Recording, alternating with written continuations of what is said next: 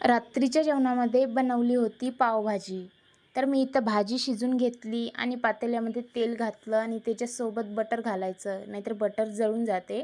तेलामध्ये घातल्यावर बटर जळत नाही. 2 मीडियम साईजचे कांदे कट करून घेतले, टोमॅटो पण कट करून घेतला. सर्वप्रथम कांदा घालून मस्त गोल्डन ब्राऊन होईपर्यंत परतायचा आहे. कांदा परतेपर्यंत मी इथं भाजी पण मॅश करून घेतली, त्याच्यात टाकला.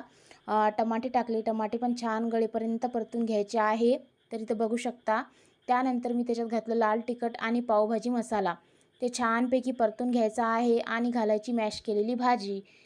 भाजी पण छान परतायची आहे. त्याच्यानंतर घालायचं चवीपुरतं मीठ आणि थोडं पाणी घालून भाजीला शिजू द्यायचं आहे. तर थोड्या वेळाने भाजी शिजली तर त्याच्यामध्ये मी कोथिंबीर घातली आणि पावभाजी मसाला परत टाकला. जे छानपैकी परतला आणि थोडं बटर टाकलं आणि आपली भाजी तयार झाली. पॅन ठेवला गॅसवर. पॅनमध्ये बटर घातलं, पाव गरम करून घेतले आणि प्लेटमध्ये भाजी सर्व केली आणि जेवायला वाढलं. व्हिडिओ आवडला असेल तर लाईक करा, शेअर करा, कमेंट करा.